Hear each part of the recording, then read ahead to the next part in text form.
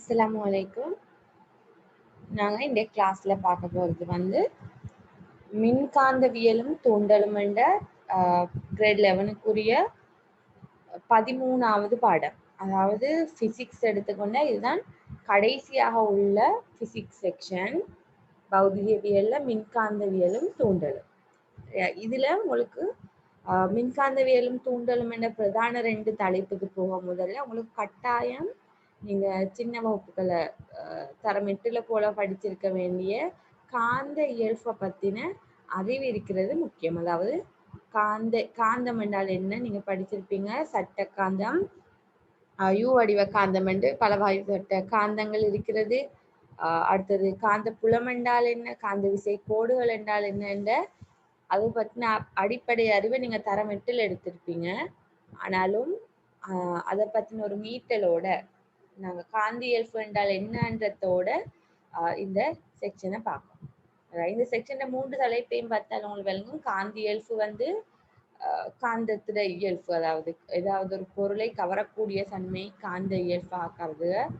அடுத்தது மின்காந்தவியலை நீங்க பார்க்க போற மின்னோட்டத்தின் மூலமும் எங்களுக்கு இந்த காந்த இயல்பை ஒரு பொருளுக்கு அல்லது ஒரு கடத்திக்கு ஏற்படுத்தக்கூடியதாக இருக்கும். அது மின்காந்த இயல்பு. அதாவது அங்க என்ன நடக்குது,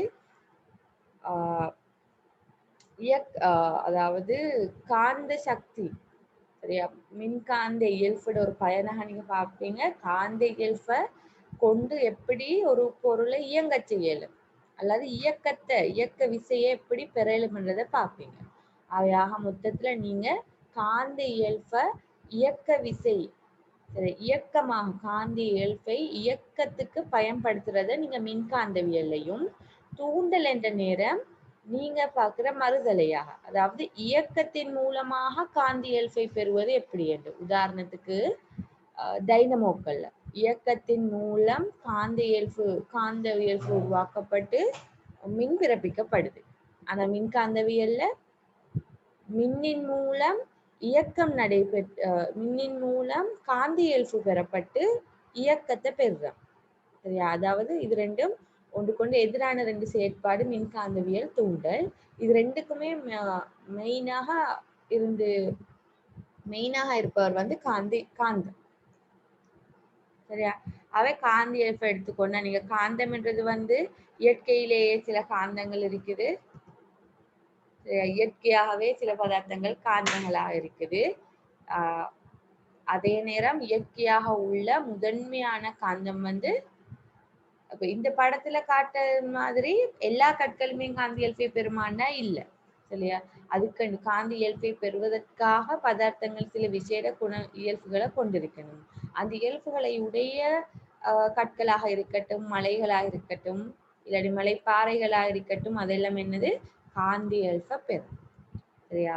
இயற்கையாகவே உள்ள முதன்மையான காந்த இயல்பை உடைய பதார்த்தமா நாங்க பார்க்கலும் அல்லது ஒரு பொருளா பார்க்க வேண்டியது வந்து எங்கட பூமி, சரியா. பூமி வந்து அதன் உள்ள மக்மா குழம்பு, உங்களுக்கு தெரியும், பூமியிட மையத்துல மக்மா குழம்பு இருக்குது. அந்த மக்மாக்கள், அடுத்தது பூமியாக்கப்பட்டுள்ள பாறைகள், கனிமங்களால பூமிக்கு இந்த காந்த இயல்பு பெறப்படுது. ஆகவே நீங்க ஒரு எங்கட பூமியை எடுத்துக்கொண்டா எங்களுக்கு பூமியை காந்தமாக கருதலாம், சரி. அதாவது காந்தமாக இருந்தால் 2 முனைகள் இருக்கணும், வடமுனைவு தென்முனைவு. உங்களுக்கு பூமி என்னென்று கருதலும் வடமுனைவு தென்முனைவு கொண்ட ஒரு காந்தமாக கருதலும்,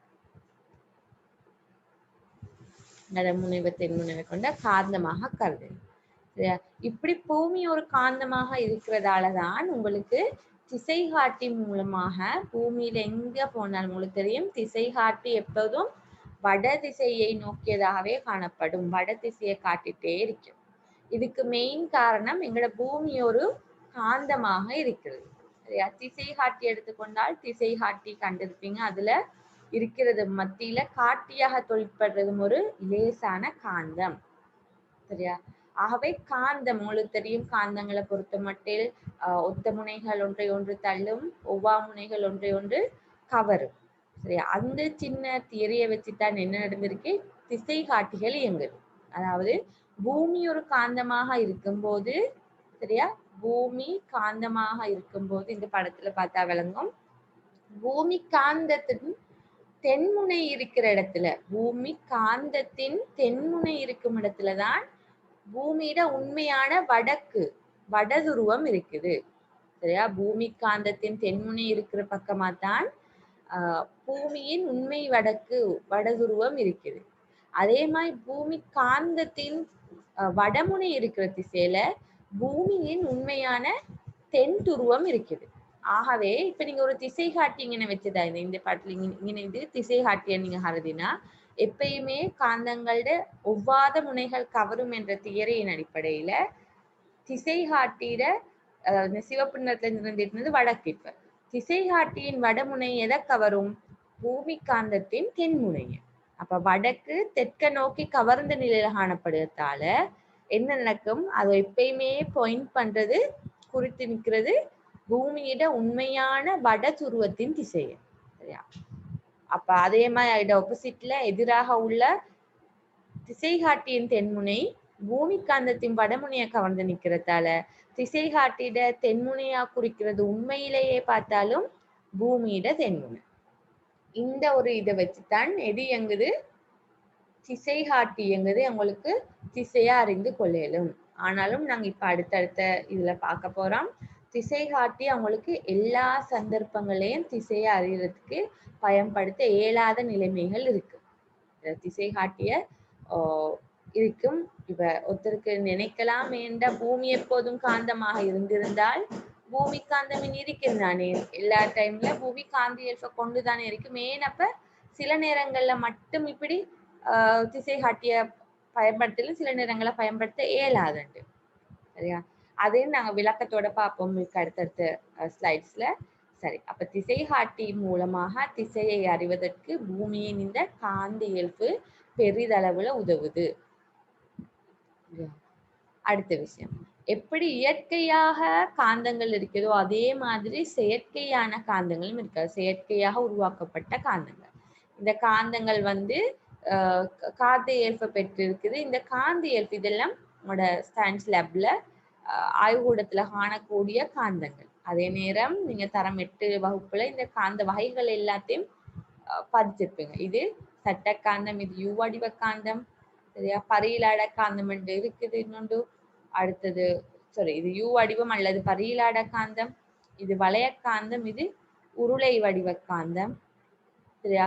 அப்படி சில பல வகையான காந்த வகைகள் இருக்கு. இந்த காந்தம் எல்லாமே என்ன சொல்றது, செயற்கையாக உருவாக்கப்பட்ட காந்தம். ஆனாலும் இவை என்ன செய்யாது, காந்தியல்ப இழக்காது. எதுவரையிலண்டா உண்டோ பல நாள் உருவாக்கப்பட்ட நாள்ல இருந்து பல வருடங்கள் போனால் சம்டைம் காந்தியல்பு என்ன செய்யலும் கொஞ்சம் குறையலும், அல்லது காந்தம் உடைஞ்சால் காந்தியல்பு கொஞ்சம் குறையலும். அதையா இதுக்கு ஏதாவது டேமேஜஸ் நடந்தால், சிதைவுகள் ஏற்பட்டால் ஒழிய காந்த இயல்பு இதுக்கு நிலையாக இருக்கும். பூமிக்கு எப்படி காந்த இயல்பு நிலையா இருக்கோ இந்த காந்தங்களுக்கும் காந்த இயல்பு நிலையாக இருக்கு. சரியா?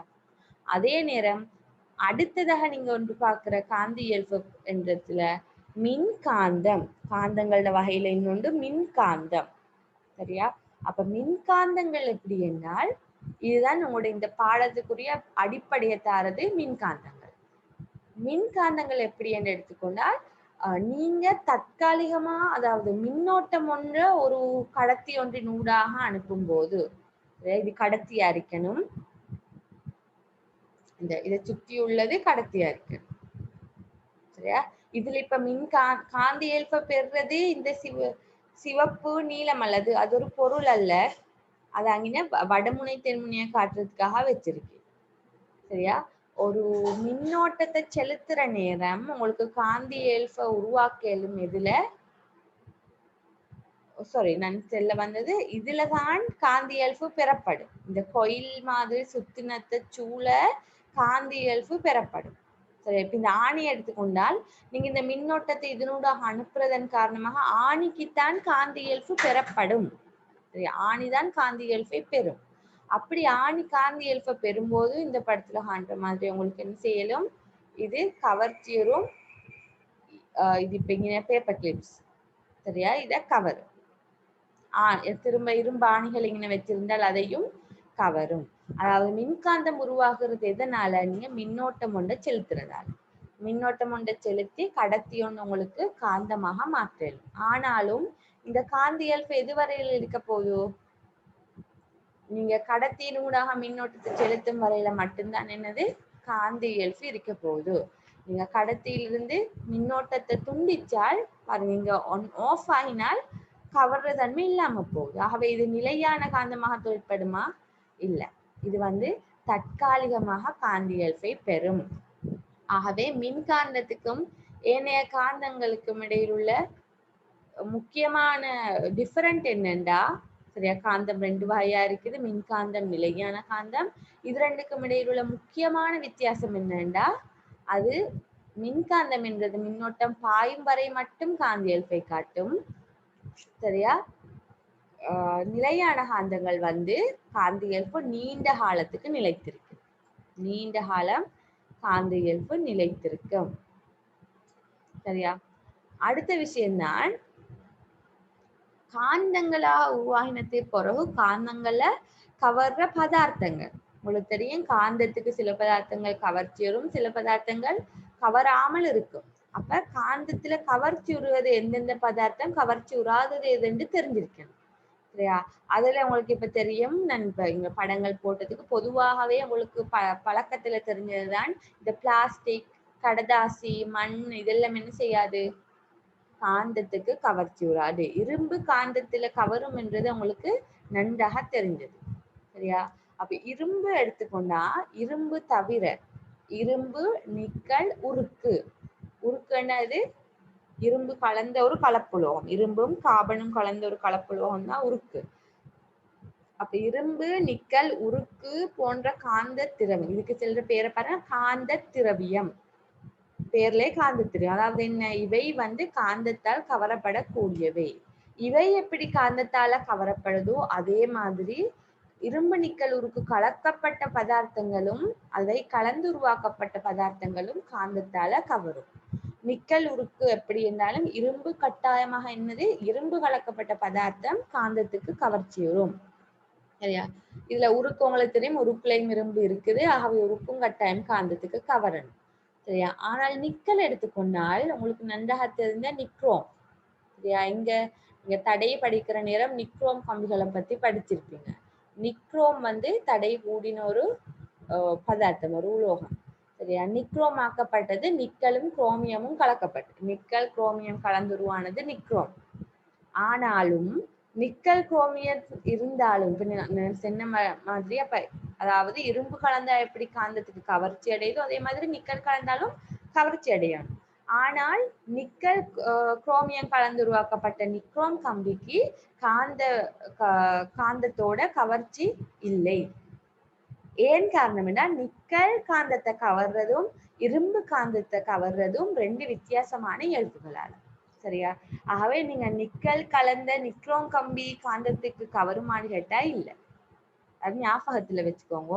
அது தவிர நிக்கலை எடுத்து நீங்க காந்தத்தோட கவர்ச்சி விசைய கவனிச்சால் நிக்கல் கட்டாயம் காந்தத்தால கவரப்படும், சரியா. ஆகவே நீங்க இரும்பையும் நிக்கலையும் உருக்கை ஞாபகம் வச்சுட்டு நிக்கல் கலந்த நிக்ரோம் கம்பி கவரப்படாது என்பதையும் ஞாபகத்துல வைத்துக்கோங்க. அடுத்தது, இப்ப இரும்பு இருந்தால் எப்படி காந்தத்துக்கு கவரப்படுமோ அதே மாதிரி இரும்பு கலக்காத பதார்த்தங்கள் எல்லாம் என்னது காந்தத்தால கவரப்படாது. இரும்பு கலக்காத பதார்த்தங்கள் காந்தத்தால கவரப்படாது, சரியா. அதாவது காந்த இயல்பு, அதாவது நிக்கல் போன்ற வேறு வகையான இயல்பை கொண்டு காந்தத்துல கவரப்படுவதை தவிர இரும்பு கலக்காத பதார்த்தங்கள் எல்லாம் காந்தத்தால கவரப்படாது. அதுல தாங்க பிளாஸ்டிக், களி, மண், பலகை எல்லாம், சரியா. சிலவங்க இப்ப இயற்கையில நினைச்சிட்டு இருக்கிற உலோகங்கள் எல்லாம் என்னது காந்தத்துல கவரப்படும். பொதுவா உலோகமாக பளபளப்பா மின்னிட்டு இருந்துக்கிறது எல்லாம் காந்தத்தால கவரப்படும். ஆனால் ஞாபகம் வச்சுக்கொள்ளணும், பித்தளையா இருக்கட்டும், செப்பாக இருக்கட்டும், மெக்னீசியம், அலுமினியம் என்று எந்த உலோகத்தை எடுத்துக்கொண்டாலும் இவை என்ன செய்யாது, காந்தத்தால கவரப்படாது, சரியா. அப்ப காந்தத்தால கவரப்படுவதாரு, இரும்பு கலந்து ஏதாவது ஒன்று உருவாக்கப்பட்டிருந்தால் அவை காந்தத்தால் கவரப்படும், சரியா. இது இந்த படத்துல காட்டுறது மின்காந்தம் ஒன்று நாங்க படிச்சேனா. அப்ப காந்தத்துல 2 வகையில, ஒன்று மின்காந்தம், அடுத்தது நிலையான காந்தம். இது மின்காந்தம். சரியா? மின்காந்தம் என்றது மின்னோட்டம் இருக்கிற வரையில மட்டும் உருவாக்கப்பட ஒரு தற்காலிக காந்தமாக இருந்தாலும் எங்களுக்கு என்ன செய்யலும், வலிமையான மின்காந்தங்களை உருவாக்குறதன் மூலமாக எந்த இரும்பு கொண்ட அல்லது உருக்கு கொண்ட இரும்பு அல்லது உருக்கு கொண்ட சிதைவுகளை உங்களுக்கு என்ன செய்யலும், தூக்கி ஒரு இடத்துல இன்னொருத்துக்கு நகர்த்து. இது வந்து பிரதானமா இந்த குப்பைக்குள்ள இரும்பு துண்டுகள் இருந்தால் அதை அகற்றுறதுக்கு இந்த கிரேன்கள், உயர்த்திகள் பயன்படும். கிரேன், இந்த கிரேன்கள் என்ன செய்து தற்காலிகமாக இந்த மேற்பரப்புக்கு மின்காந்த இயல்பை கொடுக்குற எப்படி மின்னோட்டத்தை வழங்கி, அந்த மின்காந்த இயல்பு இருக்கும் வரை என்ன செய்யும், உருக்கையோ இரும்பையோ கவர்ந்திருக்கும். நீங்க அதை கொண்டு போய் போட வேண்டிய இடத்துல என்ன செய்ய, மின்காந்த இயல்பை துண்டித்தா, மின்னோட்டத்தை துண்டித்தால் அவருடைய காந்தி இயல்பு அற்றுப்போம். ஆகவே நீங்க இவ்வளவு நேரமா கவர்ந்துட்டு இருந்த அந்த பதார்த்தங்கள் எல்லாம் அந்த இடத்திலேயே விழுந்துடும். சரியா? இது மின்காந்தத்துல ஒரு பிரதான இது தவிர பல நீங்க வீட்டுல பயன்படுத்துற பலதரப்பட்ட உபகரணங்களையும் நீங்க மின்காந்த இயல்பு அதுக்குள்ள பயன்படுது. நாங்க அது பிரயோகங்களையும் கடைசியா பார்ப்போம். ஓகே, அப்ப காந்தங்கள் 2 வகை என்று பார்த்தோம். மின்காந்தம், நிலையான காந்தம். சரியா? மின்காந்தங்கள் எப்படிப்பட்டவை? மின்னோட்டம் பாயும் வரை மாத்திரம் காந்தியல்பை பெறுபவை. நிலையான காந்தங்கள் நீண்ட காலத்துக்கு காந்தியல்பை நிலைத்து வைத்துக் கொள்ளக்கூடியவை. இது ஒரு பிராக்டிக்கல். இந்த வீடியோவை கவனிங்க. ஒரு மின்காந்தத்தை எப்படி உருவாக்கலாம், ஒரு மின்காந்தம் எப்படி உருவாக்கலாம். மின்காந்தம் உருவாக்க உங்களுக்கு தெரியும் என்ன வேணும், ஒரு ஒரு கொப்பை வயர், மின்ன கடத்தக்கூடிய ஒரு கடத்தி பதார்த்தம், ஒரு இரும்பாணி, இரும்பாணி என்ற ஒரு மென்னிரும்பாணியா இருந்தாலும் சரி, மென்னிரும்பாணி. அடுத்தது ஒரு மின்முதல். இது மூணை வச்சு எப்படி செய்யற, இலகுவாக இந்த ஆணியை சுற்றி சுருள் வடிவத்துல நீங்க என்ன செய்யற, கடத்தி பதார்த்தத்தை சுத்த போற. கடத்தி பதார்த்தத்தை ஆணியை சுற்றி சுருளாக இருக்கிற மாதிரி சுத்துற. சுத்திட்டு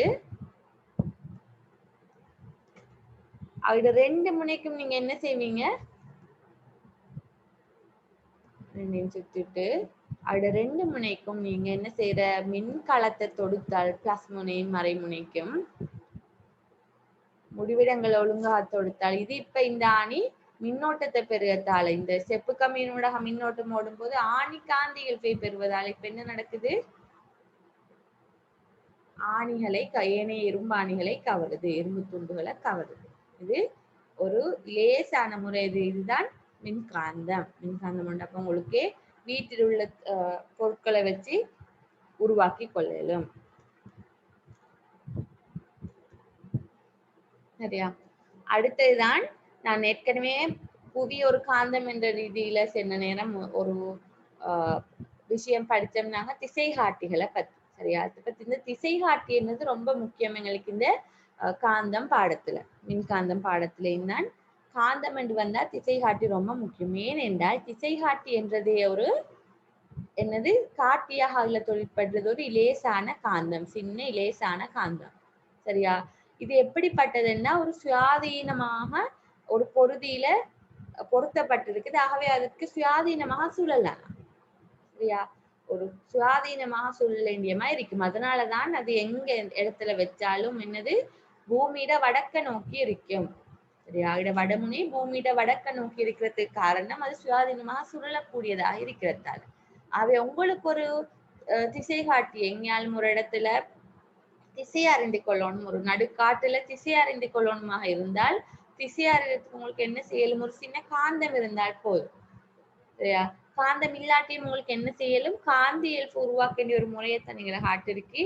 ஒரு பின் ஒன்றை என்ன செய்யறீங்க, ஏதாவது ஒரு இரும்பு துண்டு ஒன்றை இல்லாட்டி ஒரு பேப்பர் கிளிப் போட்டு, சரியா, நல்லா உரோஞ்சிட்டு இன்னொரு உலோகத்தாலேயோ அல்லது ஒரு நாணயத்தாலேயோ நல்லா உரோஞ்சிட்டு, சரியா, சுயாதீனமாக நீர்ல சுத்தக்கூடிய மாதிரி, அதை நீர்ல சுயாதீனமா இயங்கக்கூடிய மாதிரி வச்சு நீர்நிலையில வச்சுட்டால் அது காந்தி இயல்பை பெற்றிருந்தால் என்ன செய்யும், வடக்க நோக்கி அதோட திசையை காட்டும்.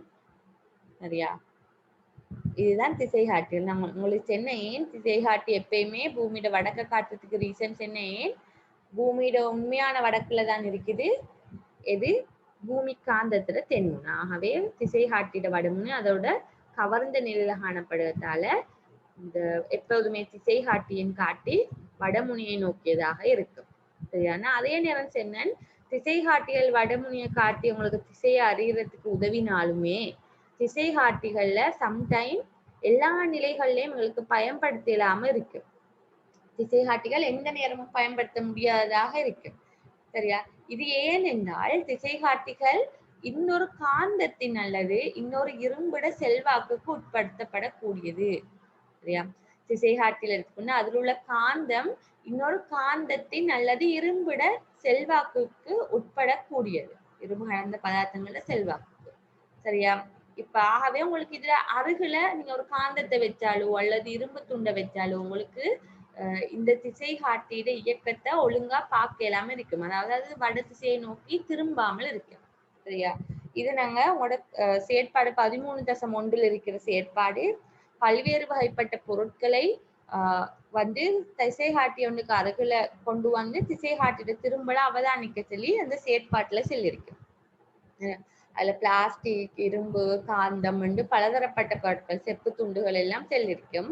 இதுல புக்ல இறுதியா சொன்ன ஒரு விஷயம்தான் என்னது, காந்தத்தின் மூலமா, அதாவது காந்தம் ஒன்றை அருகில் கொண்டு வந்தால் மாத்திரம்தான் இந்த திசை காட்டிட திரும்பலுக்கு பாதிப்பு ஏற்படும் என்று சொல்லுது. அது உண்மை. அதே நேரம் காந்தம் மட்டுமல்ல, இரும்பு துண்டை கொண்டு வந்தாலுமே அதோட செல்வாக்குக்கு இந்த கம்பஸ் திசை காட்டி வந்து உட்படும் என்றதையும் ஞாபகத்துல வச்சுக்கொள்ளணும். சரியா? அப்ப இந்த பிராக்டிக்கலை பார்த்தா பாருங்க, ஒரு திசை காட்டி இருக்குது, அதுக்கு அதை நோக்கி ஒரு காந்தத்தை கொண்டு வந்தா என்ன நடக்குதுன்னு பாருங்க. அதிட செல்வாக்குக்கு உட்பட்டு அது எந்த திசையை காட்டுதோ அதுலதான் என்ன செய்யுது? இயங்குது. அது காட்டுற மாதிரிதான் இயங்குது. சரியா? ஆகவே காந்தம் ஒன்று அருகில் இருந்து அவங்களுக்கு என்ன செய்யலாம்? காந்தமோ அல்லது காந்த இயல்பை கொண்டு ஏதாவது அருகில் இருந்து அவங்களுக்கு என்ன செய்யலாம்? திசை காட்டி ஒண்ட பயன்படுத்தலாம். சரியா? அடுத்த விஷயம்தான் இரும்பு துண்டுகள் அருகில் இருந்தாலும் உங்களுக்கு என்ன செய்யலாம்? பயன்படுத்தலாம். இரும்பு துண்டு அருகில் இருந்தாலும் உங்களுக்கு பயன்படுத்தலாம். இரும்பு அருகில வச்சிருந்தாலும் என்ன செய்யாது? திசை காட்டி திரும்பல ஒழுங்கா வடக்க நோக்கி காட்டிட்டு இருக்காது. சரியா? பாருங்க, அது அங்கட, அதாவது அத இரும்புட செல்வாக்கு, இரும்ப மிக தூரமா கொண்டு போனது போறதுதான் திசை காட்டிகள் அதோட திசையை காட்டி நிற்கும். சரியா? அதே நேரம் நீங்க கவனித்தால் இந்த திசை காட்டிகள் உருவாக்கப்பட்டிருக்கிற அந்த கவரை, அந்த சூழ உள்ள அந்த கூண்டை பார்த்தா அது வந்து பிளாஸ்டிக்காலான பதார்த்தம். இத திசை காட்டி இருக்கிறதே ஒரு பிளாஸ்டிக் பதார்த்தத்துக்குள்ள. ஆகவே பிளாஸ்டிக் திசை காட்டிகளோட திரும்பல பாதிக்குமாக இருந்திருந்தால் என்ன செய்யாது? திசை காட்டிகளை வந்து நீங்க பிளாஸ்டிக்ல பார்க்க எல்லாமே இருந்திருக்கும். ஒரு நாளும் இரும்பு கொண்ட பதார்த்தங்களை வச்சு இந்த திசை காட்டிட கவர் அமைக்க மாட்டாங்க. சரியா? ஆனா செப்பு கொண்ட பதார்த்தங்களை வச்சு அமைக்கலாம். ஏன்? செப்பு காந்தத்துக்கு கவரப்படாது. சரியா? செப்பால காந்த இயல்புக்கு எந்த பாதிப்பும் இல்லை. ஆகவே இரும்பும் காந்தமும் சுற்றுச்சூழல் இருக்கும் போது உங்களுக்கு ஒரு திசை காட்டிய பயன்படுத்தலாம். அப்ப நீங்க ஏதாவது எங்கேயாவது ஒரு இடத்துல போய் காட்டுலயோ எங்கேயோ ஒரு இடத்துல ஒரு மலைக்கு அண்மையில நீங்க இருந்து திசை காட்டிய பயன்படுத்த திசை காட்டி ஏதோ திரும்பல ஒழுங்கா காட்டுது இல்லைன்னா அர்த்தம் என்னது? அந்த மலையில் உள்ள ஏதோ பாறைகள் வந்து காந்தி இயல்பை கொண்டதா இருக்கும், அல்லது இரும்பு கலக்கப்பட்டதா எங்கேயாலும் ஒரு பொருள் பக்கத்துல இருந்திருக்கும். சரியா? அப்ப ஞாபகம் வச்சுக்கொள்ள ஒரு விஷயம், திசை காட்டிகள் என்று இல்ல, காந்தமாக இருந்தால் அது வந்து திசை காட்டியில் உள்ள காந்தம் இன்னொரு காந்தத்திட அல்லது இரும்பிட செல்வாக்கு உட்படக்கூடியது. சரியா? அப்ப ஏன் இது இப்படி இரும்பிட செல்வாக்கு உட்படுன்றதுக்கு ஒரு காரணம் இருக்கணுமே. இன்னொரு காந்தம் அருகில கொண்டா என்ன நடக்குது என்ற ஒரு காரணம் இருக்கணும். சரியா? அந்த நேரம் தான் நீங்க இதுக்கு வர எதுண்டா காந்த விசை கோடுகள். சரியா? காந்த விசை கோடுகள், அதாவது காந்தம் எந்தெந்த இடத்துல அதோட விசைய பிரயோகிக்குது. அதோட பவர் எந்த இடத்துல இருக்கிறது என்றது முக்கியம். சரியா? பொதுவாகவே காந்தத்தை சூழ என்னது காந்தம் என்ற இயல்பு அதோட பவர் காந்த சக்தி உணரப்படும். சரியா? காந்தத்தை சூழ அதோட காந்த சக்தி உணரப்படும். சரியா? அப்ப காந்தத்துல வலிமை, ஒரு காந்தத்துல வலிமை மற்றும் அதோட திசை, காந்தத்துல எவ்வளவு சக்தி இருக்கு, காந்த சக்தி, அடுத்தது அதோட திசை காந்த சக்தி எதை நோக்கி இருக்கிறதுன்றது புள்ளிக்கு புள்ளி வேறுபடலாம். காந்தத்தை சூழ உள்ள பிரதேசத்துல காந்த சக்தியும் காந்தம் எந்த திசையில தொழிற்படுறது என்றதும் புள்ளிக்கு புள்ளி வித்தியாசப்படும். சரியா? இந்த வித்தியாசப்படுற புள்ளிகளை இணைக்கிற கோட்டுக்கு நாங்க சொல்ற காந்த விசை கோடு. இந்த வித்தியாசப்படும் புள்ளிகள் ஒவ்வொரு நிலை நாங்க இது பிராக்டிக்கலா பார்ப்போம். அதாவது காந்தத்தை சூழ நீங்க ஒரு திசை காட்டிய வச்சால் திசை காட்டிட வடக்கு இருக்கிற திசையில நாங்க புள்ளிகளை வைத்து கொண்டு போனால், சரியா, அந்த புள்ளிகள் எல்லாம் நீங்க இணைக்கிற நேரம் உருவாகிறது என்னது? காந்த விசை கோடு. அதைத்தான் நீங்க படத்துல பார்க்கணும். அது காந்தத்தின் வடிவத்தை வச்சு மாறக்கூடியது. காந்தத்தின் வடிவம் மாறும்போது காந்த விசை கோடுகள் மாறும். உண்மையானது காந்தம் எந்த அளவு அதை சூழ உள்ள பிரதேசத்துல எவ்வளவு தூரத்துக்கு அதோட சக்தியை செலுத்துது என்றது காந்தத்தை வடிவத்தை வச்சும் எங்களுக்கு தீர்மானிக்கல. சரியா? இப்ப உதாரணத்துக்கு சட்டக்காந்தம் எடுத்து எங்களை காட்டுறது 2 சட்டக்காந்தத்தை, சரியா, இந்த படத்துல காட்டுறது 2 சட்டக்காந்தகத்தை ஒன்றிலிருந்து ஒன்று என்னது தூரமாக கொண்டு போற நேரம், அது எதிரெதிர் முனைகள் கிட்ட இருந்த தூரமா கொண்டு நேரம் எப்படி மாறுது என்பதை காட்டுது. இன்னொரு வளைய காந்தத்துல எப்படி அதோட காந்த விசை கோடுகள் இருக்குதுன்றதை காட்டுது. சரியா? இது யூ வடிவ காந்தம் அல்லது பரியிலாட காந்தம். இது ஒரு சட்ட காந்தம். அதாவது வடிவத்தை வச்சு காந்த விசை கோடுகள் மாறுது. நீங்க இதை உணரலும் எப்படின்னா, ஒரு சட்ட காந்தத்தை எடுத்துக்கொண்டால் நீங்க ஒரு இரும்பு துண்டை கொஞ்சம் ஒரு தூரத்துல வச்சு, ஒரு இந்த அளவு தூரத்துல வச்சு நீங்க இதுக்கு நேர காட்டினால், இப்ப இங்கனையும் பாருங்க, இந்த காந்தத்துல இதை சூழ உள்ள இது சூழ போட்டிருக்கிற இந்த கருப்பு நிறத்துக்கு இரும்பு துகள், இது போட்டிருக்கிறது இரும்பு துகள். இரும்பு துகள் இந்த பக்கமா உள்ளது மட்டும் என்ன செய்யுது? இதை நோக்கி கவரப்பட்டு ஏதோ ஒரு வடிவத்துல இருக்குது. சரியா? ஏதோ ஒரு வடிவத்துல இந்த காந்த விசை கோடுகள் தொழிற்படுற புள்ளிகள் இருக்குது. ஆனா இந்த தூரமா உள்ள இந்த துகள்கள் என்ன செஞ்சில்ல? இந்த காந்தத்துக்கு கவரப்பட்டில்ல. தூரமா உள்ள இரும்பு துகள்கள் கவரப்பட்டில்ல. என்னவாக இருக்கும்? கவர்ந்திருந்தால் இதுக்கு அருகில வந்திருக்கணுமே. அப்ப அர்த்தம் என்னது? இந்த பிரதேசங்கள்ல காந்தத்திர வலிமை உணர்றது கஷ்டம். நாங்க இந்த பிராக்டிக்கல்ல பார்ப்போம். நான் திரும்ப ஞாபகப்படுத்துறேன் இந்த விஷயத்த. ஆகவே காந்தம் அவட செல்வாக்குக்குள்ள ஒரு பிரதேசத்தை தான் வச்சுக்கோங்க. எப்படி ஒரு நாடு உங்களுக்கு தெரியும், வான்பரப்புலையா இருந்தாலும் சரி, கடல்லையா இருந்தாலும் சரி, ஒவ்வொரு நாட்டுக்கும் எல்லை இருக்குது. இந்த எல்லைக்குள்ள மட்டும்தான் இந்த நாட்டுக்கு. அப்ப இலங்கையா இருந்தா இலங்கைக்கு ஒரு எல்லை இருக்குது. எங்களுக்கு போய் இந்தியாவுக்கு சொந்தமான கடல்ல மீனாலும் பிடிக்கல. அதே மாதிரி இந்த காந்தங்கள் எப்படின்னா அதோட எல்லை, அதுக்கண்டு ஒரு போர்டர் இருக்குது. அந்த போர்டருக்குள்ள இதை மட்டும் அதோட கவர்ச்சி விசைக்குள்ள வச்சுட்டு இருக்கு. அந்த போர்டரை தாண்டி எங்கேயாலும் ஒரு இடத்துல என்ன இரும்பு நின்றாலும், பெரிய இரும்பே நின்றாலும் என்ன செய்யலாது? காந்தத்தால கவர இயலாது. சரியா? ஆகவே காந்த விசை கோடுகள் ஒரு போர்டருக்குள்ள இருக்கும். அதே நேரம் நீங்க ஞாபகம் வைக்கணும், காந்த விசை கோடுகள் எப்போதுமே வடக்கில் இருந்து தெற்கு நோக்கித்தான் பயணம் செய்யும். காந்தத்துக்கு 2 முனைகள் இருக்கு, வடமுனை தென்முனை. இந்த வடமுனையிலிருந்து தென்முனை நோக்கித்தான் யாரு பயணம் செய்யும்? காந்த விசை கோடுகள் பயணம் செய்யும். இந்த படத்துல கவனிச்சா விளங்கும். இது ஒரு சட்ட காந்தகம், அதுல காந்த விசை கோடுகள் இந்த வடிவத்துல தான் இருக்கு. இது எப்படி நாங்க கண்டுபிடிக்கிறேன்றத திசை காட்டியை கொண்டு கண்டுபிடிக்கலாம் என்றதை பார்ப்போம். வடக்கிலிருந்து தெற்க நோக்கித்தான் இருக்கு. சரியா? அப்ப வடக்கிலிருந்து தெற்கு நோக்கி இருக்கும். அதே நேரம் நான் முத காட்டின படத்துல பார்த்தாலும் இது யூ வடிவ காந்தத்திலையும் வடக்கிலிருந்து தெற்கு. சரியா? அப்ப உங்களுக்கு வடமுனை தென்முனை அறியப்படாத ஏதாவது ஒரு காந்தத்தை தந்துட்டு அதுல வடக்கு எது தெற்கு எதுன்னு கேட்டால் உங்களுக்கு எதை வச்சு கண்டுபிடிக்கலாம்? காந்த விசை கோடுகள் எந்த பக்கமா போகுதுன்றதை வச்சு உங்களுக்கு என்ன செய்யலும்? வடமுனை தென்முனைய கண்டுபிடிக்கலும்.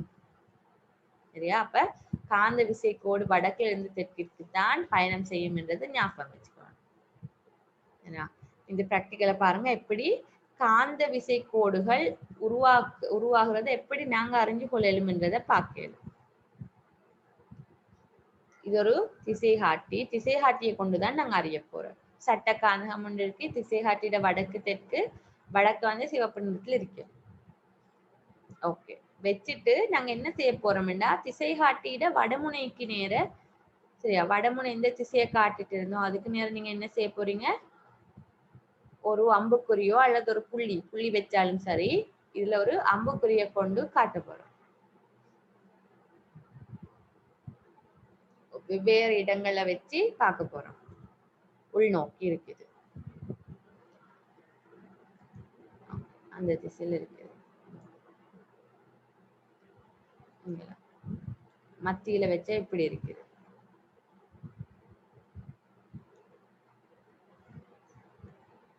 வெவ்வேறு திசைகளை வச்சு என்ன செய்யற, திசைகளை வச்சு நாங்க பாக்குற நேரம் வடக்கு திசை காட்டின பிரதேசங்களை தான் இது நாங்க அம்புக்குறி மூலம் குறிச்சிட்டு, இப்ப என்ன செய்ய போறோம், அது காட்டின பிரதேசங்கள் எல்லாத்தையும் நீங்க அந்த அந்த அம்புக்குறிகளை நாங்க இணைக்க போறோம். இணைச்சால் உங்களுக்கு எது பெறப்படும், காந்த விசை கோடுகள் பெறப்படும். காந்த விசை கோடுகள் பெறப்படுது. இந்த காந்த விசை கோடு எப்போதும் வடக்கிலிருந்து வெளியே நோக்கி போகுது, சரியா. அந்த வட்ட வடிவமா இருக்கிறது பக்கத்துல உள்ளதுகளை பார்த்தவங்களுக்கு வடக்கிலிருந்து தென்முனையை நோக்கித்தான் வருது. வடக்கிலிருந்து தென்முனை, வடமுனை தென்முனை, இப்படித்தான் ஒரு சட்ட காந்தத்துக்குள்ள காந்த விசை கோடுகள் இருக்கு, சரியா. அதுக்கு நேரே உள்ள இடத்துல நேர்கோட்டுலகம் வருது பாருங்க. வடக்குல இருந்து வெளியே போற மாதிரி நேர்கோடு, இது எங்கிருந்தோ தென்முனையை நோக்கி வரதா இருக்கு, சரியா. இதே உங்களுக்கு இந்த சட்டக்காந்தகத்துக்கு உள்ள இரும்பு துகள்களை தூவியும் இந்த இந்த வடிவம் பெறப்படுறதான்றதை அவதானிக்கலும், சரியா. உங்களுக்கு என்ன செய்யணும், இரும்பு துகள்களை எடுத்து, இரும்பு தூள் இருக்குது, அந்த இரும்பு தூள் எடுத்து நீங்க என்ன செய்யற, இதுக்கு மேலால தூவினால் இட காந்த விசை கோடுகள், அதாவது இட காந்த சக்தி உணரப்படுகிற இடங்கள்ல சூழ அந்த இரும்பு துகள் என்ன செய்யும், கவரப்படும். இது இரும்பு துகள். இப்ப நீங்க அதை சூழ போட போறாரு, இதை சூழ போடுறதுக்கு தூவினால் பாருங்க, சில இடங்கள்ல அதிகமாக கவரப்பட்டு சில இடங்கள்ல கவர்ச்சி குறைவா இருக்கும். தூரமா விழுந்து பாருங்க, தூரமாக இந்த மேசையில விழுந்த, இங்க விழுந்த இந்த துகள் எல்லாம் கவரல்ல, இந்த பக்கமா விழுந்ததெல்லாம் இல்லை. அப்ப என்ன, இந்த இடத்துல எல்லாம் காந்த சக்தி உணரப்படுது இல்லை, சரியா. பாருங்க, இது பாருங்க, அந்த வடிவத்தை பாருங்க, இதுல வார வடிவம் எதை ஒத்தது, காந்த விசை கோடுகள் எப்படி வந்துச்சோ அதை ஒத்ததாக காணப்படுது. அதாவது இந்த இடத்துல இப்படி, இந்த இடத்துல எல்லாம் வளைந்த கோடுகளாகத்தான் என்ன செய்து விளங்குது, சரியா. இதுதான் என்னது, காந்த விசை கோடுகளை அறிந்து கொள்ள வேண்டிய ஒரு முறை, சரியா. இல்ல நீங்க பிரதானமா திசைகாட்டிகளை வச்சு கண்டதை நீங்க அவதானிச்சிருப்பீங்கன்னு நினைக்கிறேன். திசைகாட்டிகளை வச்சு கண்டது இது ஒரு தனி காந்தம், வேற எந்த காந்தமும் அருகில் இல்லாத போது காந்த விசை கோடுகள் அதுக்குரிய ஒரு பாதையில இயங்கிட்டு இருக்குது. எப்பயுமே வடக்குல இருந்து தெற்கு நோக்கி காந்த விசை கோடுகள் பயணம் செய்த வண்ணம் உள்ளது, சரியா. அடுத்தது, இப்ப நாங்க இவ்வளவு நேரமா சொன்ன, நான் இதுக்கு இதுலயும் காட்டினேன், அந்த வீடியோல காட்டினதை வச்சு பாக்குற நேரம், காந்தத்துல காந்த விசை அல்லது காந்த சக்தி இருக்க போறது வந்து குறிப்பிட்ட ஒரு பிரதேசத்துக்குள்ள மட்டும், அதாவது காந்தத்தால செல்வாக்கு செலுத்துன்றது வந்து ஒரு குறிப்பிட்ட வெளிக்குள்ள மட்டும். அதுதான் நான் சொன்னேன், எப்படி ஒரு நாட்டுக்கு ஒரு போர்டர் இருக்குதோ அதே மாதிரி காந்தம் செல்வாக்கு செலுத்துற ஒரு போர்டர் இருக்குது, சரியா. இந்த போர்டருக்கு, இந்த செல்வாக்கு உட்பட்ட பிரதேசத்துக்கு நாங்க செல்றது காந்த புலம். அப்ப இனிமேல் நாங்க காந்த விசை கோடுகள் என்ற நேரம், இந்த காந்த விசை கோடுகள் தொழிற்பட போறது எதுக்குள்ள மட்டும், காந்த புலத்துக்குள்ள மட்டும். இந்த காந்த புலம் அந்த காந்தத்தை சூழலும் ஒரு குறிப்பிட்ட தூரத்து வரையும் தான் இருக்கு, சரியா. இந்த காந்த புலம் எப்படிப்பட்டதுன்னா ஒரு பருமனையும் திசையையும் கொண்டிருக்கும். இதைத்தான் நாங்க ஏற்கனவே பார்த்தோம், என்னது காந்த விசை கோடுகள் என்ன கன்செப்ட். இப்ப நாங்க அதுக்கு காந்த புலம் என்றே செல்வோம். இந்த காந்த விசை கோடுகள் தொழிற்பட்ட பிரதேசத்தை நாங்க காந்த புலம் என்றே அழைப்போம், சரியா. ஆக இந்த காந்த புலத்துல உங்களுக்கு தெரியும் எப்படி காந்த விசை கோடு வடக்கிலிருந்து தெற்குக்கு தான் என்ன செஞ்சுச்சு, அதாவது வடக்குல இருந்து தெற்க நோக்கித்தான் பயணம் செஞ்சுச்சு. அப்ப எதிலிருந்து என்ன விளங்குது, காந்த புலத்துக்கு ஒரு திசை இருக்குது, வடக்கிலிருந்து தெற்கு என்ற ஒரு திசை இருக்குது எப்பயுமே வடக்கிலிருந்து தெற்குக்கு. சரியா? அதே மாதிரி இதுக்கு ஒரு பருமன் இருக்குது, வலிமை. சரியா? வலிமை கூடின காந்தங்கள், வலிமை குறைந்த காந்தங்கள், இப்படி எல்லாம் இருக்குது. ஒரு சின்ன காந்தத்தால குறிப்பிட்ட அளவு இரும்பாணிகளைத்தான் கவரலாம். ஆனா பெரிய காந்தம் ஒன்று எடுத்தா உங்களுக்கு என்ன செய்யலும், பெருமளவான இத கவரலாம், பெருமளவான இரும்பாணிகளை கவரலாம். இது ஏன் காரணமா இருக்கும், காந்தம் பெரிய காந்தத்துல காந்தப்புலம் அதிகம், சின்ன காந்தத்துல காந்தப்புலம் குறைவு. ஆகவே காந்தப்புலம் எடுத்துக்கொண்டு உங்களுக்கு அதுக்கு ஒரு பருமன் இருக்குது, அதே நேரம் திசை இருக்குது. இது பருமனையும் திசையையும் கொண்ட ஒரு பௌதீக கணியம் காந்தப்புலம் என்றது. சரியா? இங்க இந்த படத்துல காட்டுறது வந்து இந்த காந்தப்புலம், இதுதான் நாங்க இப்ப வீடியோல நாங்க அந்த பிராக்டிக்கல்ல பார்த்த ஒரு தனி காந்தத்துல தாக்குற காந்த விசை கோடுகளும், அதாவது காந்தப்புலம். இதுதான் காந்தப்புலம். இனி நாங்க காந்தப்புலம் என்றே இது அழைப்போம். இந்த காந்தப்புலத்தில் உள்ள கோடுகளை பார்த்தால் வடக்குல இருந்து தெற்குக்கு போகுது, இந்த வடிவத்தில் இருக்கு. சரியா? ஆனாலும் இந்த காந்தப்புலத்தில் உள்ள, அதாவது ஒரு தனி காந்தத்துல காந்தப்புலம் இப்படி இருக்கும், அதே இங்க கவனிங்க, ரெண்டு காந்தங்களை அருகருகில கொண்டு வந்த சந்தர்ப்பம் ரெண்டு. ஏன் உங்களுக்கு ரெண்டு காந்தத்தை ரெண்டு விதமா கொண்டு வரலும், ஒன்று ஒவ்வாத ஏற்றங்கள் அருகருகில கொண்டு வரையிலும், அடுத்தது ஒத்த ஏற்றங்கள் அருகருகில கொண்டு வரையிலும். அப்படி கொண்டு வர நேரம் இப்படி தனியாக இருந்த இந்த காந்தப்புல கோடுகள் என்ன நடந்திருக்குது, வித்தியாசமாக இயங்குறத பார்க்கலாம். அதைத்தான் இந்த அனிமேஷன் பிக்சரும் காட்டுது. சரியா? இது வந்து இது ஒவ்வாத முனைகள் அருகருகில் உள்ள சந்தர்ப்பம். உங்களுக்கு தெரியும், ஒவ்வாத முனை ஒன்றை ஒன்று கவரும். அப்ப என்ன செய்ய பார்க்கும், ஒவ்வாத முனை ஒன்றை ஒன்று கவரம் என்றா காந்தத்துல வலிமை கூடுதலா இருக்கும். பாருங்க, இதுக்கு இரண்டுக்கு நடுவுல போற கோடுகள் எண்ணிக்கை கூட. இந்த படத்திலேயும் அதை அவதானிக்கலாம். சரியா? எப்பயுமே இது ரெண்டுக்கும் இடையில ஒரு காந்தப்புலத்தில் உள்ள கோடு ஒன்று பயணம் செய்யறதை அவதானிக்கலாம். ஆனால் ஒத்த முனை இரண்டு ஒன்றுக்கு கொண்டிருக்கிற நேரம் ஒத்த முனை இரண்டும் என்ன செய்யாது, கவராது, ஒன்று ஒன்று தள்ளிட்டு இருக்கும். அதனால இந்த வெளியில இது ரெண்டுக்கும் இடைப்பட்ட இந்த வெளியில உங்களுக்கு என்ன செய்யலாம், எந்த விதமான காந்தப்புல கோடுகளையும் அவதானிக்க இயலாது. சரியா? இதையும் எங்களுக்கு எதுல பார்க்கலும், பிராக்டிக்கல்ல பார்க்கலும். ஒத்ததாக இருக்கும்போது இடையில ஒரு வெளி, அந்த வெளியில எந்த விதமான காந்தப்புல கோடுகளும் இல்லை. ஒவ்வாத முனைகள் ஒன்றை ஒன்று கவர்ந்து கொண்டிருக்கிற நிலை என்றதால் இது ரெண்டுக்கும் இடையில உங்களுக்கு காந்தப்புலத்தில் ஏற்படக்கூடிய கோடுகளை அவதானிக்கலாம். அதுலயே நீங்க கவனிச்சா வடக்குல இருந்து தெற்கு நோக்கித்தான் இருக்கு. சரியா? ஆகவே உங்களுக்கு இதுல இருந்து விளங்குது, ஒரு காந்தத்துக்கு இன்னொரு காந்தம் அருகில கொண்டு வரப்படும் போது அதோட காந்தப்புலத்துல ஒரு வித்தியாசம் ஏற்படுது. அதோட காந்தப்புலம் வந்து வித்தியாசமாக இயங்க தொடங்குது. அதாவது திசைகள் போற பாதைகள் மாற்றம் அடையுது. சரியா? இத இந்த பிராக்டிக்கல்ல பார்ப்போம். ஃபர்ஸ்டே மாதிரியே ஒரு பிராக்டிக்கல். ரெண்டு காந்தம்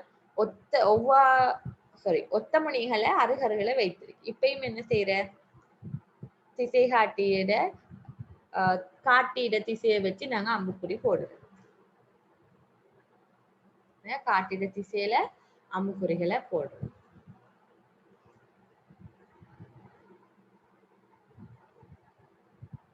திரும்ப பாருங்க, காட்டிட திசைகள்ல அம்புக்குறிய போட்டு நாங்க எப்படி ஒரு தனி காந்தத்துக்கு, தனி சட்ட காந்தத்துக்கு காந்த விசை கோடுகளை அதோட காந்த புலத்துல கோட்டுகளோட திசையை நாங்க இனங்கண்டோம், அதே மாதிரி ஒத்த முனைகளை அருகருகில வச்சு ரெண்டு காந்தங்களுக்கும் நாங்க அதே மாதிரி என்ன செய்யறோம், பாக்குறோம்.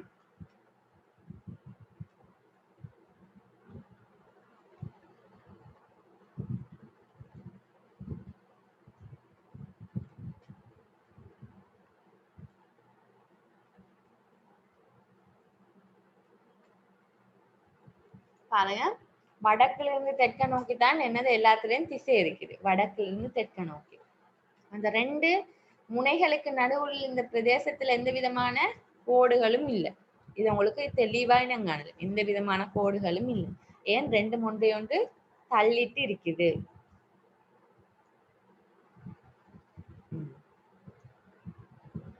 இது இந்த கோடுகளை இணைச்சா வர படம்.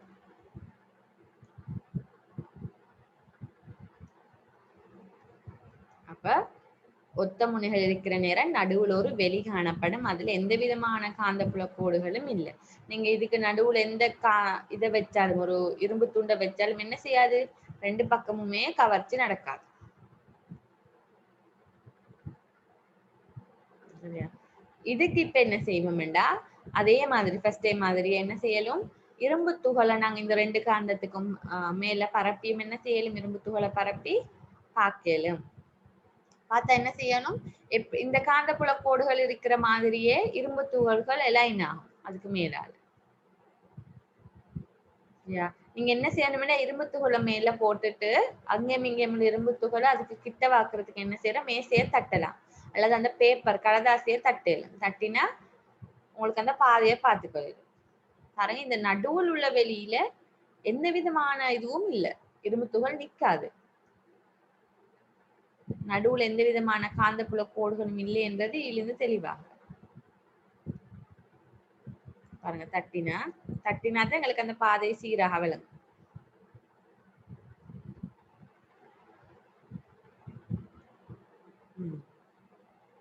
விளங்குதே? சாரி, இதுங்க திரும்ப போடுறேன். இந்த இத பாருங்க, இந்த படத்துல நடுவில் உள்ள அந்த இதுல எந்த விதமான இதுவும் இல்ல. போட்டுட்டு நீங்க மேசையை தட்டினால் அழகா காந்தப்புல கோடுகள் இருக்கே இந்த இரும்பு துகள்கள் லைன் அப் ஆகிறத பார்க்கல. நடுவுல எந்த விதமான இதுவும் இல்லை. ஏன்னா இங்க தள்ளுறதுதான் விசல். அதை நேரம் வடக்கில் தெற்க நோக்கித்தான் இருந்தது. நாங்க அதை திசை காட்டி மூலமாக இந்த திசை என்றதை அறிஞ்சு கொண்டோம். ரெண்டுக்கும் மத்தியில எதுவும் இல்லை, விரிச்சல் அடைந்துதான் போகுது.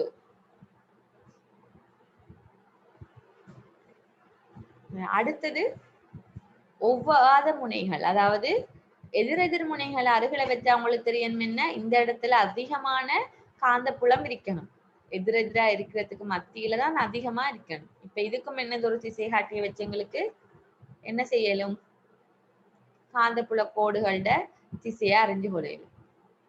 Same practical. அதே மாதிரி திசை காட்டிய வச்சு அதோட வடமுனை இருக்கிற திசைக்கு அம்புக்குறிகளை கீறி கடைசியா எல்லாத்தையும் இணைக்கிற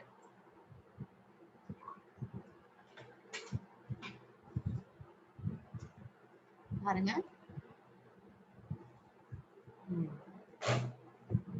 இதுக்கும் இப்ப என்ன செய்யற, இரும்பு துகள்களை போட்டு பாக்குற. இதுக்கும் இரும்பு துகள்களை போட்டுட்டு கடைசியா மேசையை தட்டணும். பாருங்க, மத்தியில அதிக அளவுல என்ன செய்யுது, இரும்பு துகள்கள் இருக்குது. மத்தியில தான் அதிக அளவுல இரும்பு துகள்கள் இருக்குது.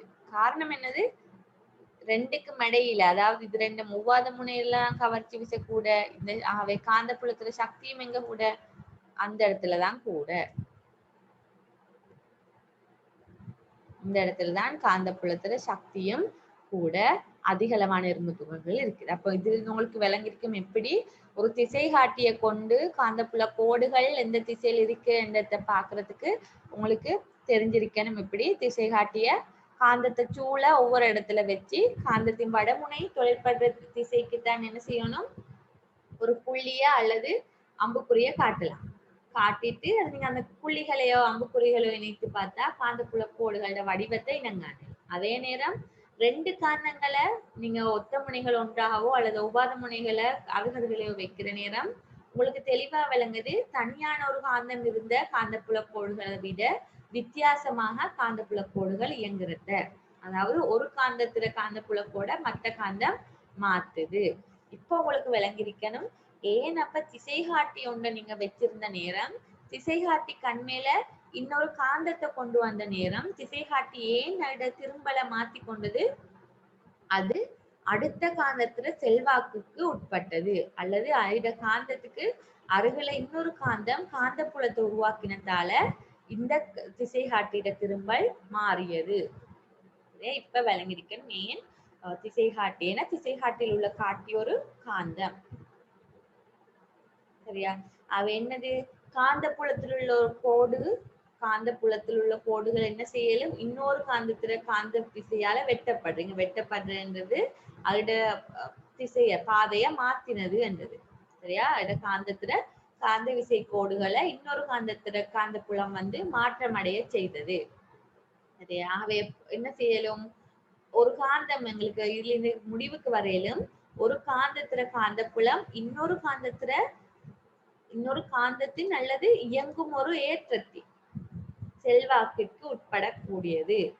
நீங்க இதே விஷயத்த ஏற்றம் பெற்ற ஒன்று அருகில கொண்டாலும் இதே விஷயத்த அவதானிக்க. ஏற்றம் பெற்ற ஒரு பொருளை காந்தத்துக்கு அருகில கொண்டாலும் காந்த புலத்துல திசையில மாற்றங்களை அவதானிக்கணும். காந்த புலத்தின் கோடுகளோட திசையில. சரியா? அப்ப உங்களுக்கு முடிவுக்கு வரையிலும் ஒரு காந்தம் இன்னொரு காந்தத்துல செல்வாக்குக்கு உட்படக்கூடியது.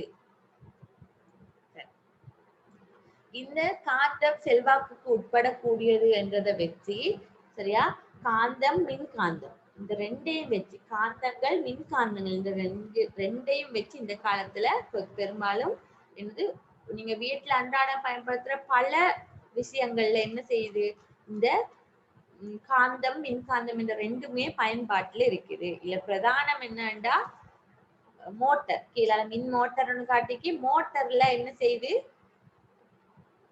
மோட்டார்ல இந்த காந்தம் மின்காந்தம் ரெண்டுமே பயன்படுது. அதாவது நிலையான காந்தங்களும் மின்காந்தங்களும் ரெண்டுமே பயன்படுற சந்தர்ப்பங்கள் அதிகம். சரியா? நீங்க ஒரு ஒளிபெருக்கி எடுத்தாலும் சரி, இல்ல காத்திருக்கி இல்ல இந்த வயர்மாய் சுத்தின, அதாவது நீங்க பார்த்த மின்காந்தம் உருவாக்குறதுக்கு சுருள் அமைக்கணுமே. அப்ப இல்ல சுருள் அமைப்புல இருக்கிறது மின்காந்தம். அது தவிர இது மேக்னெட், இது ஒரு நிலையான காந்தம். நிலையான காந்தமும் மின்காந்தத்தையும் பயன்படுத்தி செய்யப்பட்ட உபகரணங்கள் அதிகம். இது ஒரு ஒளிபெருக்கி, இது ஒரு மின் விசிறி. இந்த விசிறியை நீங்க எங்க காணலுமெண்டா பொதுவான ஃபேன்லயும் அப்படித்தான். ஃபேன்லயும் கோயில் இருக்குது, காந்தம் இருக்குது. சரியா? இந்த விசிறி எங்கன்னா இந்த கம்ப்யூட்டர்கள்ல உங்களுக்கு தெரியும், சிபியூல அது அந்த உபகரணம் சூடாகுவதை தடுக்கிறதுக்கு ஒரு ஃபேன் எப்பயுமே இயங்கிட்டு இருக்குமே. கம்ப்யூட்டரை கூல் பண்றதுக்கு ஃபேன் ஒன்று இருக்கும். அதை நீங்க அவதானிச்சு பாருங்க. அந்த ஃபேன் இப்படித்தானே இருக்கு. சரியா? இதுலயும் பாருங்க சுருள் இருக்குது, அதே நேரம் காந்தம் ஒன்றும் இருக்குது. இதுல இங்க காந்தம் ஒன்றும் இருக்குது, சுருள் ஒன்றும் இருக்குது. இதை கொண்டுதான் என்ன நடக்குது, இது இயங்குது.